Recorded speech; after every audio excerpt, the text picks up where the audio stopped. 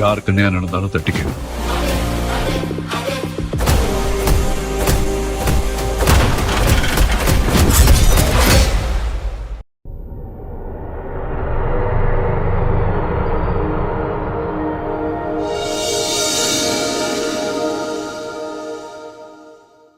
ඇත්තටම කවුරු හරි හිතනවා වගේ මට හැම වෙබ් සීරීස් එකක්ම හොඳයි කියලා ෆීල් වෙන්නේ නැහැ. හරිද? මම ජෙනරලි හැම එකක්ම එකට ජජ් කරන කෙනෙක් නෙවෙයි. ඒත් honestly කියන්න නම් Z5 සීරීස් වලට එක ස්ටෑන්ඩඩ් එකක් තියෙනවා.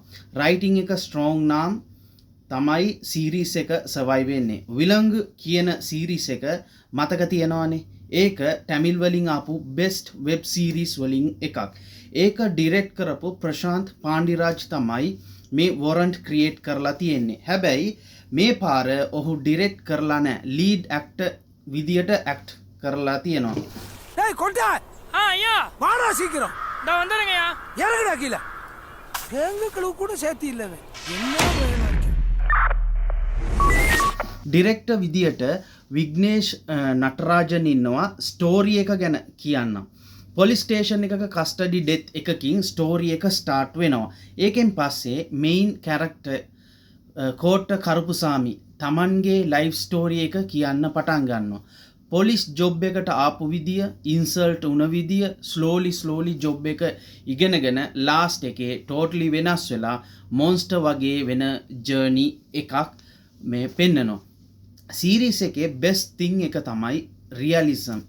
පොලිස් ඒ වැඩ කරන පොලිස් මහත්තුරු නිලධාරීත් නෝමල් මිනිස්සු කියන ෆීලිං එක හොඳටම දෙනවා. ස්ටේෂන් එකේ ඩේලි ලයිෆ් එක, ඩියුටි ප්‍රෙෂර් එක, ස්ට්‍රගල්ස් මේවා ඔක්කොම නැචුරලි පෙන්නනවා. ඇක්ටින් ගැන ඔනස්ට් ටේක් එක ලීඩ් ඇක්ටර් විදියට ප්‍රශාන්ත් පාණ්ඩිරාජ් ටිකක් වීක් වගේ පේවුනට කන්ෆියුස්ඩ් සීන්ස් වල ඕකේ. බට් හෙවි සීන්ස් වල ස්ට්‍රගල් වෙනවා. ඔය කට්ටියට වීඩියෝ එක බලද්දී ඒක තේරුම් ගන්න පුළුවන්. හැබැයි සපෝර්ටිං කෑස්ට් එක ස්පෙෂලි අරුල්දාස් සුපර් අනිත් කැරක්ටර්ස්ලත් සොලිඩ්. මේ ෆිල්ම් එකේ නෙගටිව්ස් ටිකකුත් තියෙනවා. සයිඩ් ස්ටෝරීස් ටිකක් අන්නසසරි. ඒක නිකන් ගැළපීමක් නෑ වගේ පේනවා. ලව් ට්‍රැක්ස් වලට වර්ක් අවුට් වෙන්නේ නෑ. ඒ කියන්නේ කතාවටයි ලව් ට්‍රැක්ස් වලටයි කිසි සම්බන්ධයක් නෑ. මේන් ස්ටෝරි එකේ ටිකෙන් ටික ඩේවියේට් වෙනවා. ඉතින් ඒ වගේම ෆිල්ම් එකේ පොසිටිව් සයිඩ් එකක් තියෙනවා.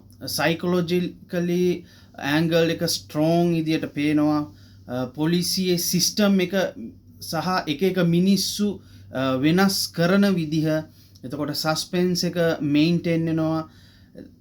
ලාස්ට් එපිසෝඩ් එකේ ඔය කට්ටියට බලන්න පුළුවන් ඒ සස්පෙන්ස් ත්‍රිලර් එක. අවසානයට කියන්නම් පර්ෆෙක්ට් සීරීස් එකක් නෙවෙයි. හැබැයි ඩෙෆිනිට්ලි බලන්න පුළුවන් තරම් වර්ත් වෙබ් සීරීස් එකයි. Z5 එකේ තියෙනවා වැඩිහිටියන්ට වඩාත් මේක සුදුසි, ගොඩක් සෙන්සිටිව් සීන්ස් එහෙම තියෙනවා. එහෙනම් ඊළඟ වීඩියෝ එකකින් මම එන්නම්. ඔයා බලලා තියෙනවද මේ සීරීස් එක? කමෙන්ට් එකක් දාන්න. එහෙනම් මම තව වෙබ් සීරීස් එකක් ෆිල්ම් එකක් අරගෙන මම ඊළඟ වීඩියෝ එකකින් හම්බ වෙනකන් හැමෝටම සුබ දවසක්.